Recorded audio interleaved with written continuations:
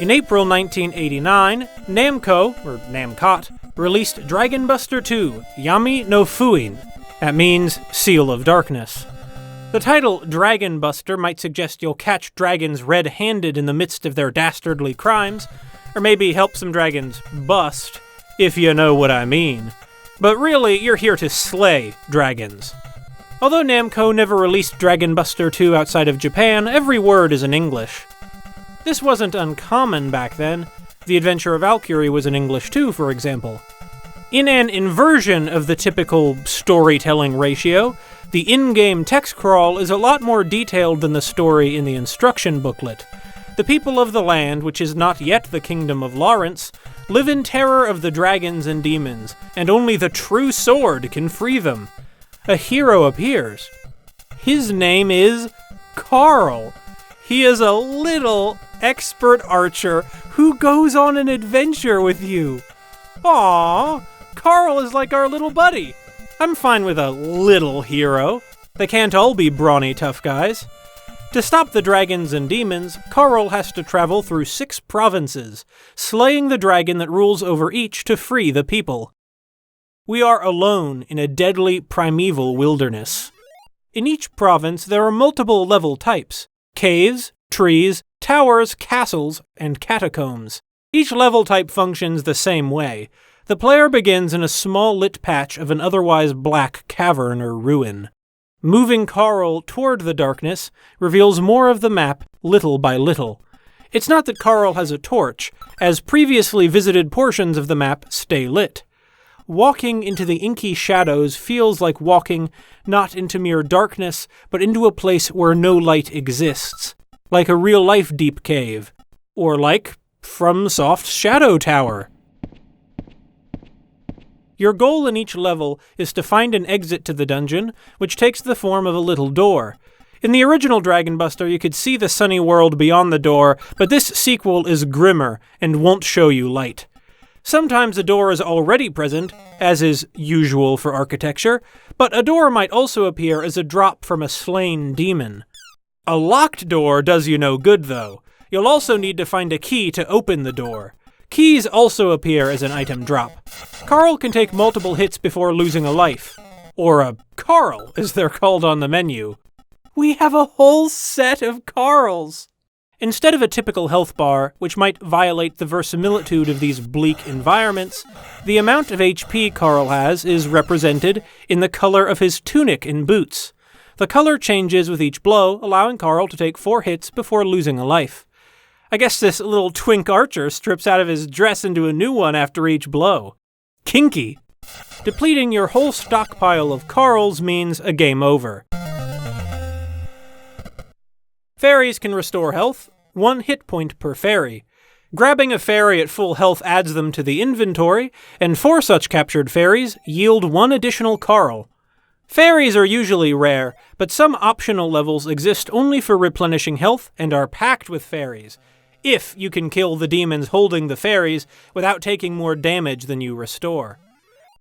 Karl is a powerful archer, but as an archer, his only attack is firing arrows. The ideal strategy is to run far enough to put some distance between you and the monster, then turn, then fire, and then run to gain more distance to repeat the process. Arrows ricochet off hard walls, so arrows can potentially hurt Karl if he misses. In some areas, such as trees, the arrowheads stick in the soft material instead. Missing might be painful for other reasons, since Karl doesn't have a bottomless quiver. The limited number of arrows contributes to the oppressive and punishing atmosphere, like FromSoft's Shadow Tower. However, that's only an oppressive and punishing atmosphere. The reality is, there are enough quiver pickups restoring 10 arrows each, plus the optional quiver stockpile levels, that after you accumulate resources over time, running out is never an issue. Unless you get a game over. This is terrible, because continuing drops Karl back at the beginning of the province with only the starting number of arrows, 10.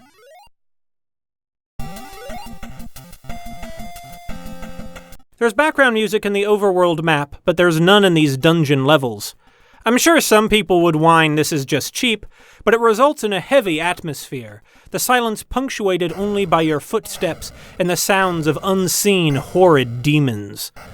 Like FromSoft's Shadow Tower.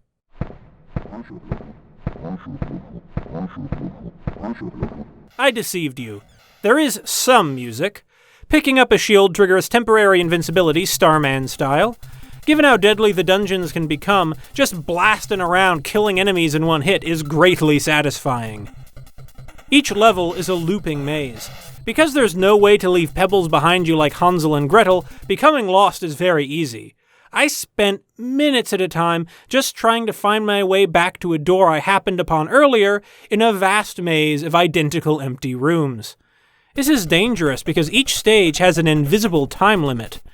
When the countdown ends, frantic music starts playing, and an invincible enemy resembling a centipede hunts you down.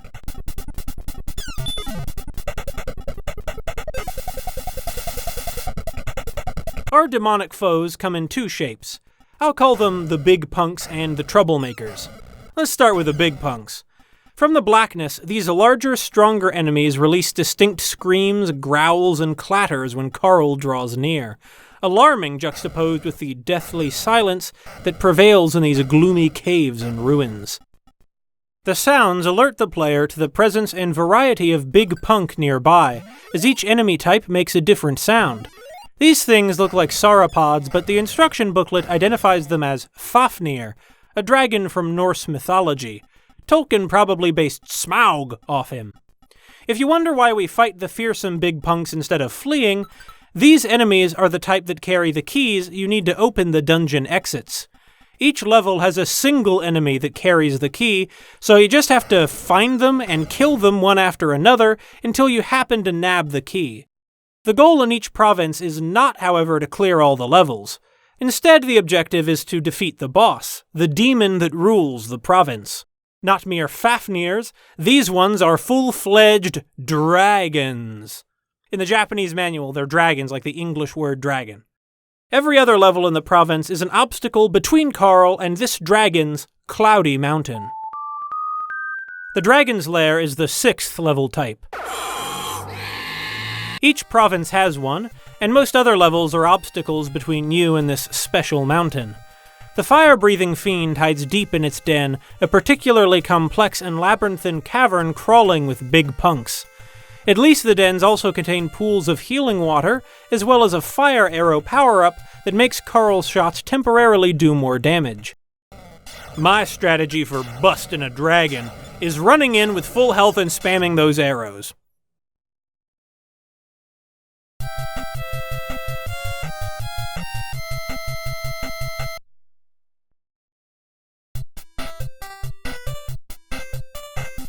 Killing the dragon clears the province. And makes the sun shine again, evidently. Then the locals thank Carl for saving them with a bigger crowd each time, and a fair maiden comes forward to cheer you on. Or she could be sleeping around with everyone for all I know, but that wouldn't affect my appreciation any. These scenes detract from the gloomy, scary tone, but make me feel like there's an actual community that I'm saving.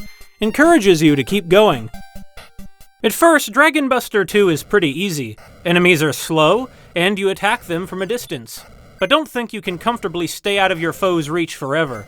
In later provinces, Big Punks gain vicious projectile attacks. Fafnirs blast fire.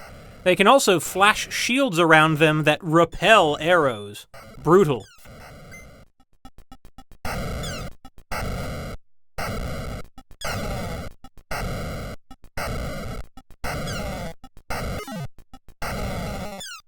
Aside from Fafnirs, there are skeletons, cyclopes, wizards, scary cloak beings the instruction booklet doesn't identify, and, of course, the dragon bosses. This might be Dragon Buster, but cyclopes are more frequent enemies. That's the plural of Cyclops, by the way, if you don't know. I'm not good at dodging the stones they hurl like Polyphemus, or the stones they spit. I do like this bizarre take on the Cyclops idea, like one of those blemmies from medieval lore. The skeletons exclusively haunt where else? The catacombs. Human bones pave the floors, a bit like the notorious Paris catacombs, which is quite terrifying. Are these remains of the demon's victims? Or did the locals just bury their dead here in this ritualistic way, and since then the demons moved in? Skeletons are big cartoon warriors like the Stolfos from the N64 Zelda games, except easy to handle, at first. In later provinces, these relentless attackers start bouncing arrows off their shields, usually hitting Carl.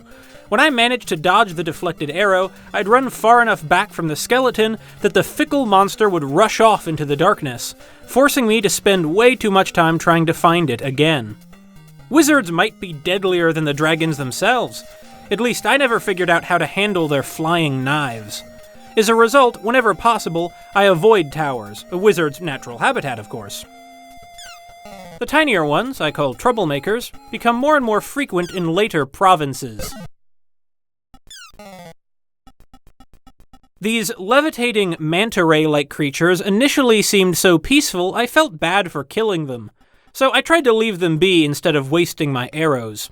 However, in later provinces, the manta rays blast after Carl at high speeds.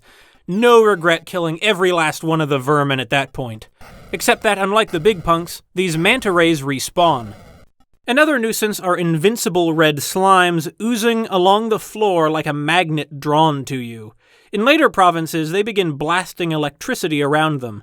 The hitbox of their attacks are pretty ruthless, too. Oh no, hear that? A big punk is close. Wait, you're not a big punk at all! Eventually, the player has to contend with these red birds or lizards or something like that do nothing but run from you in terror and trick you into thinking a larger monster is near. Enemy associations between levels are consistent across provinces, but what items are in which levels varies between each province. The threat stays similar, just more dangerous each time, but the reward always changes. When you enter a new province, a scroll shows what items are in what levels. As you can see... Wait, huh? What'd it say?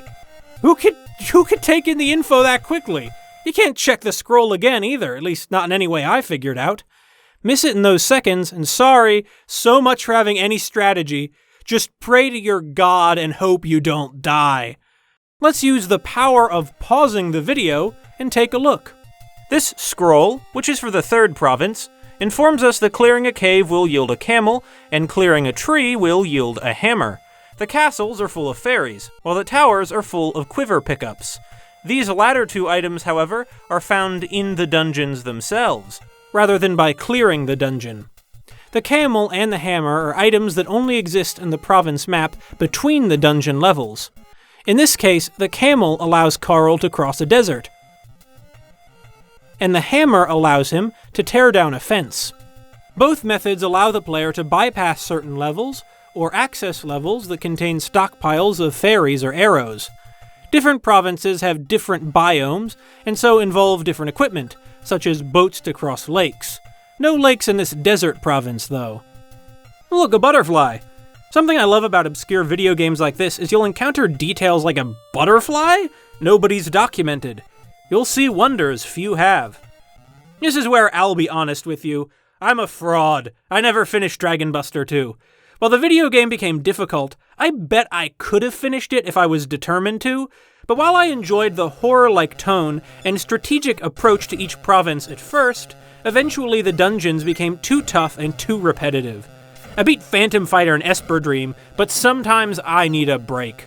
Fortunately, a channel called Marukatu Retro Games posted a bad reputation from fans of the previous work, Dragon Buster 2, Seal of Darkness, and they lost me in the katakana there, but something about this being a full playthrough of a retro game. Let's see the ending. There doesn't seem to be an obvious way to ask permission to use this footage, even if I did know Japanese, as channel doesn't have a Twitter or public email. So please, Marukatu Retro Games, forgive me. In the final province, an icy mountainous land, Carl faces what might be the dragon on the box art.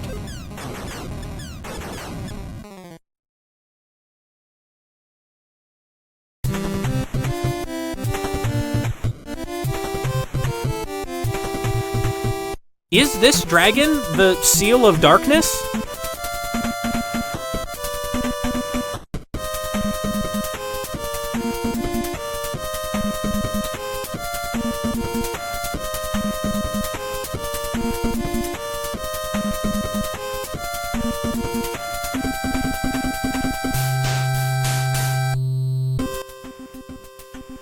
Oh, is that a princess approaching us? The town around them is clearly in ruin, but with the demons gone, the survivors can rebuild. Or maybe those buildings are under construction and they're already rebuilding. Do you remember the hero of legend, Clovis? To be frank with you, the longsword, which has shared his trial with, happened to be the treasured sword of the kingdom that Carl found. I'm not sure if this means Carl found the true sword, or is the founder of the Kingdom of Lawrence. Clovis is the player character in the original Dragon Buster. Dragon Buster 2 is a prequel set centuries before, sort of like how Ocarina of Time relates to A Link to the Past. Or did before Nintendo invented that timeline that says A Link to the Past is the alternate history that happens if you get a game over and the final boss in Ocarina of Time. Yeah.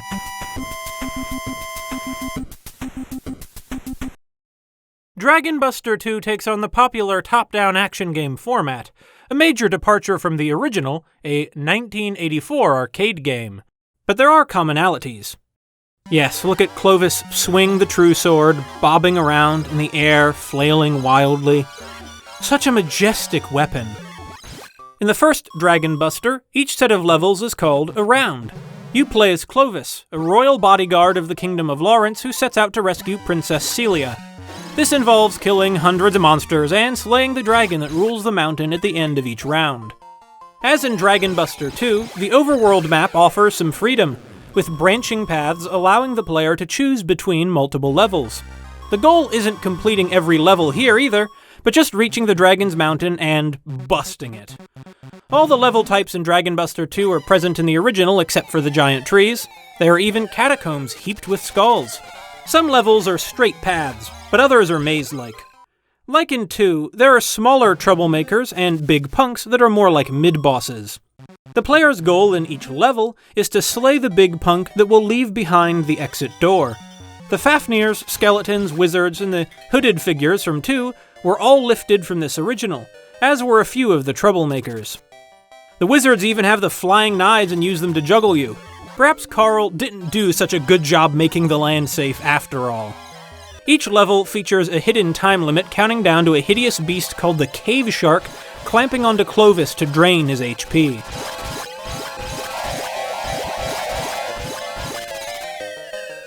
This mechanic is the inspiration for the centipede-like burrower from 2, though the Cave Shark isn't invincible.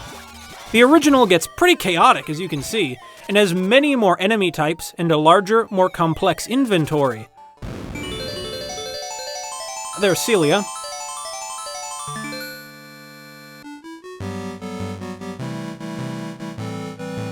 You can also cause her to turn up in a bunny girl outfit and kiss you.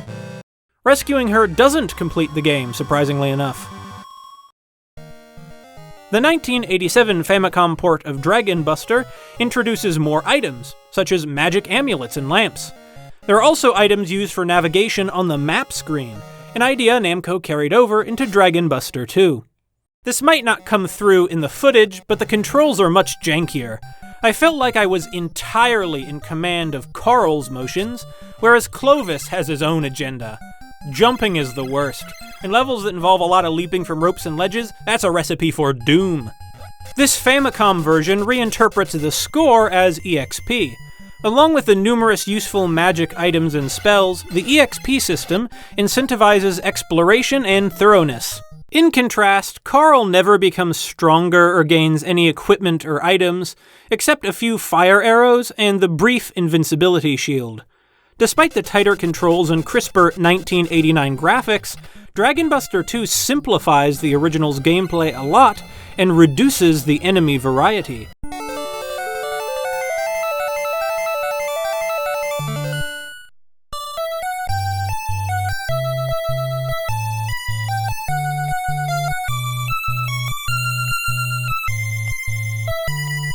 Dragon Buster 2 came out in 1989. The 1986 Adventure of Valkyrie, from the same company, though I have no clue if the same people worked on it, had cruder graphics but is more ambitious. Ai Senshi Nicole has varied and complex levels and detailed graphics. It came out in 1987. Dragon Buster 2 came out the same year as the shockingly overlooked Willow. Dragon Buster 2 is competent, But video games metamorphose so quickly during the 80s that, upon release, this one already seemed like an archaic relic. This isn't surprising, because Dragon Buster 2 is a remake of a video game from 1982. If enough people see this video, someone must have been tantalized that I didn't notice, but no hypothetical person, I'm aware. Dragon Buster 2 is a remake, or at least clone, of Advanced Dungeons & Dragons Cloudy Mountain, a much tougher video game that came out on the Mattel Intellivision.